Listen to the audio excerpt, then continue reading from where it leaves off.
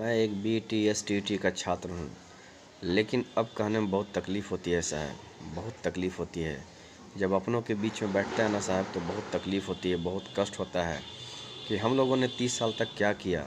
न अपने परिवार को कुछ दे सके, न अपने माँ-बाप को दे सके, न अपने बीवी बच्चों को दे सके, किसी को कुछ नहीं दे सके।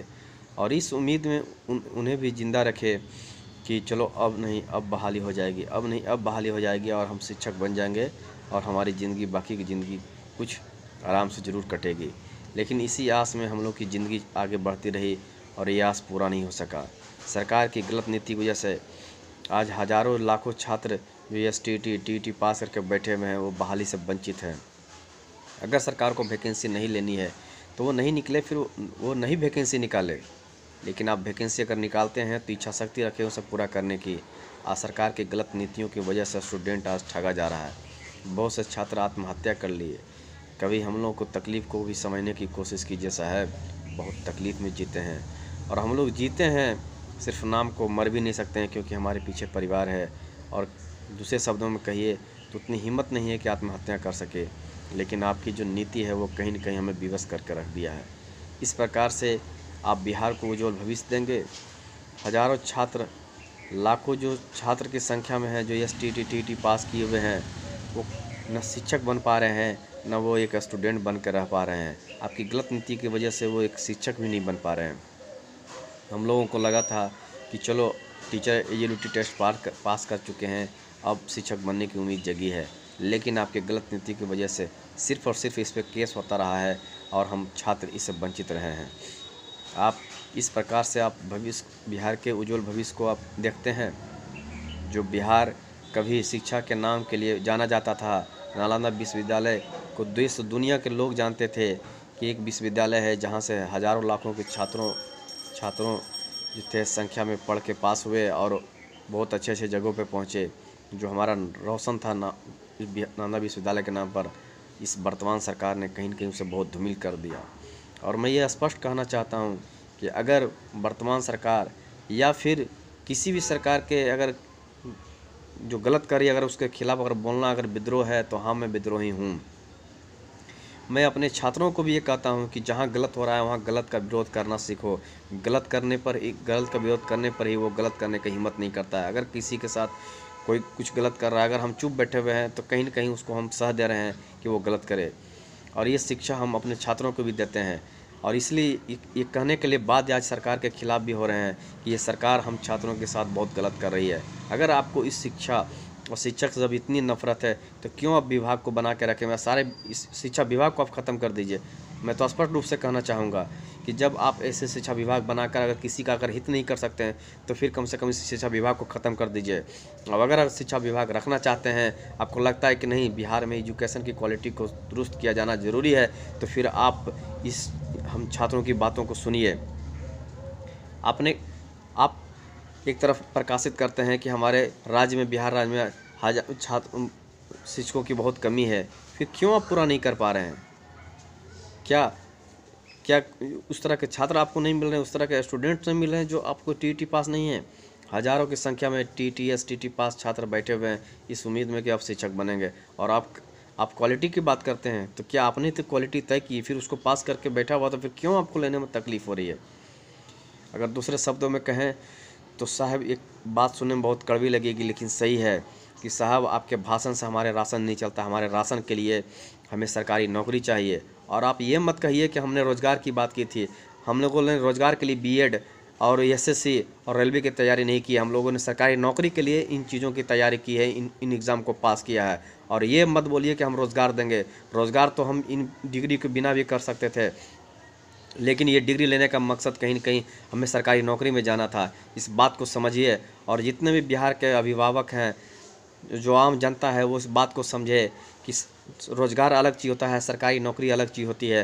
रोज़गार के लिए कोई ख़ास जो किसी प्रकार की डिग्री लेने की कोई आवश्यकता नहीं होती है। लेकिन हाँ, सरकारी नौकरी में जाने के लिए एक विशेष प्रकार की तैयारी, एक विशेष प्रकार का डिग्री लेना अनिवार्य होता है।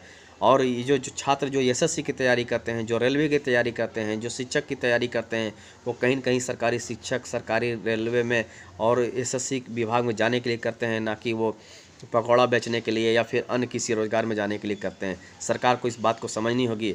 और अब मैं बार बार कहना चाहूँगा कि अगर शिक्षक और शिक्षा से आपको इतनी ही अगर नफरत है तो फिर से विभाग को ख़त्म कीजिए, इस सारे सिस्टम को ख़त्म कीजिए। ना रहेगा बाँस न बजेगी बाँसुरी, लेकिन कम से कम आम इस छात्रों को इस प्रकार से ठगना बंद कीजिए। और मैं एक बात कहना चाहता हूँ कि जितना भी नेता होते हैं वो सारा जो जो नीति बनाते हैं वो सिर्फ़ और सिर्फ अपने फ़ायदे के लिए बनाते हैं। अगर मेरा अगर विचार से अगर देखा जाए तो मैं जहाँ तक समझ पा रहा हूँ मैं उतना गलत नहीं हूँ। तो सरकार चाहे कोई भी नेता हो, वो चाहे केंद्र का हो चाहे राज्य का हो, उसका क्या योगदान होता है राज्य और देश के लिए, मैं नहीं समझ पा रहा हूँ उतना, कि वो सिर्फ़ और सिर्फ वो प्लान को इम्प्लीमेंट करने तक ही उनकी योग्यता होती है, उनकी क्षमता होती है।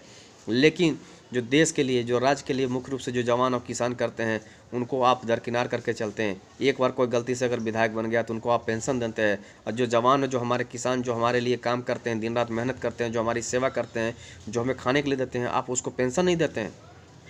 आपको उनके देने के लिए फंड नहीं है, और नेताओं को देने के लिए पेंशन देने के आपके पास फंड है। आप बेवकूफ़ किसको बनाते हैं? और शिक्षक, जो शिक्षक एक भविष्य, एक समाज, एक देश, एक अच्छे राज्य का जो निर्माण करता है, आप उसको पैसा देने से आप वंचित करते हैं और कहते हैं हमारे पास फंड नहीं है, तो सिर्फ नेता के लिए फंड बचा हुआ है। आप इस प्रकार से ठगना बंद कीजिए। अगर आपके पास नहीं अगर वैकेंसी है, अगर नहीं अगर सीट है, तो फिर आप वैकेंसी निकाले ही नहीं। अगर निकालते हैं तो पूरा अच्छे से साथ उसे पूरा करें। ये हम छात्रों की कहना है। और साहब, बहुत तकलीफ़ होती है जब ये कोई राह चलते या समाज में कोई पूछता है कि आप क्या कर रहे हैं। बहुत तकलीफ़ होती है बताने में, और उससे ज़्यादा तकलीफ़, समाज से ज़्यादा तकलीफ़ तो नहीं होती है उतना, लेकिन जब खुद अकेले बैठते हैं तो बहुत आत्मग्लानि महसूस होती है कि हमारा गुनाह क्या था। हमारा गुनाह सिर्फ ये था कि हम लोगों ने एक अच्छे शिक्षक बनने की कोशिश की। क्या यही गुनाह था? अगर ये गुनाह था तो हम लोगों ने गुनाह किया।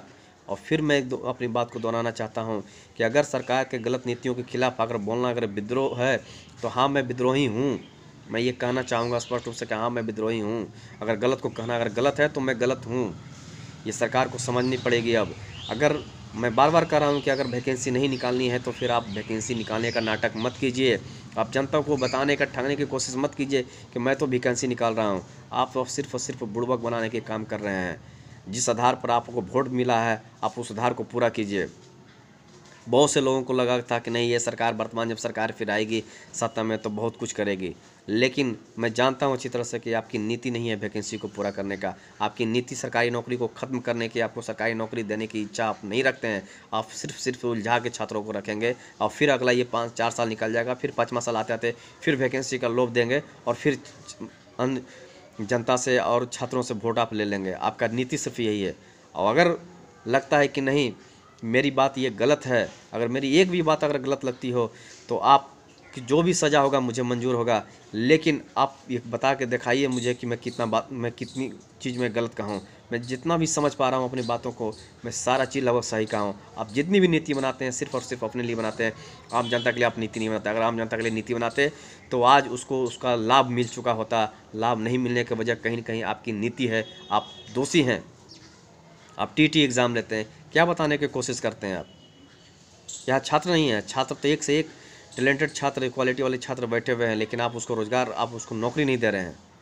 इस प्रकार से नहीं चलेगी, ये सोचना पड़ेगा। और हम छात्रों को भी अब सोचना पड़ेगा कि इस प्रकार की गलत नीतियों की वजह से हम लोग फंसते जा रहे हैं। और मैं उन छात्रों को भी कहूँगा जो बिना वजह के सिर्फ़ और सिर्फ अपने स्वार्थ के लिए केस करते हैं, कृपया करके इस प्रकार से करके आप सारे स्टूडेंट की ज़िंदगी को तबाह मत कीजिए।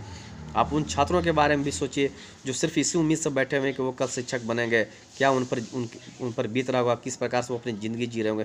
कभी सोचने की कोशिश कीजिए। अपने परिवार के बीच में वो कैसा महसूस करते होंगे, अपने समाज के बीच में वो कैसा महसूस करते हैं, कभी समझने की कोशिश कीजिए। बहुत तकलीफ़ होता है साहब, कहने में बहुत तकलीफ़ होता है कि हाँ, मैं एसटीईटी और टीईटी का छात्र और शिक्षक बनने की ख्वाहिश रखता हूँ। धन्यवाद।